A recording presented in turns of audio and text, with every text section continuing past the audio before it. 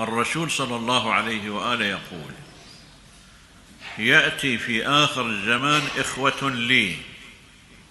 لاحظوا التعبير، الرسول يقول إخوة إلي. قالوا: يا رسول الله أولسنا إخوتك؟ قال: لا، أنتم أصحابي. كيف صاروا إخوتك؟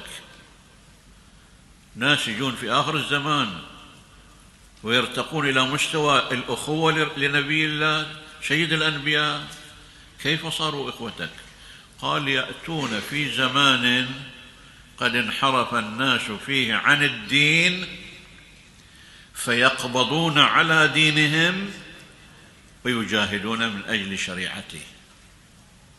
زمان في فسق، في فجور، في وسائل دعارة، في انتشار رذيلة، فيقبضون على دينهم. في هذا الوسط هذه الفتاة المؤمنة في الوسط الجامعي المشحون بالكثير من الانحرافات والتلوثات، الوسط الاجتماعي، الوسط الإعلامي، التلفاز، كلها تعجز غرائز المرأة وتريد تنحرف بقيم المرأة وسلوك المرأة. هذه المرأة تقبض على دينها في هذا الوسط المشحون بالمؤججات الانحرافية، تقبض على دينها.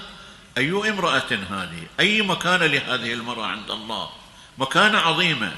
أو هذا الشاب في وسط هذا الجو المحموم بالفساد يقبض على دينه، يتمسك، يتحدى الفساد، يتحدى الانحراف، يتحدى الفسق، ليبقى صامدا على دينه، على قيمه، على صلاته، على عبادته، وتبقى المرأة صامدة على دينها، على سترها، على عفافها، على حجابها. هؤلاء هم في مرتبة الأخوة لرسول الله. أولئك إخوتي فمن أدركهم فليبلغهم سلامي. رسول الله يبلغ السلام لهؤلاء، هؤلاء الشباب، هؤلاء الصامدون على دينهم من رجال ونساء ومن فتيات وشباب وشبان. الرسول يقول: من أدركهم فليبلغهم سلامي، أولئك إخوتي. إذن محتاجين للصمود في مواجهة الواقع الفاسد.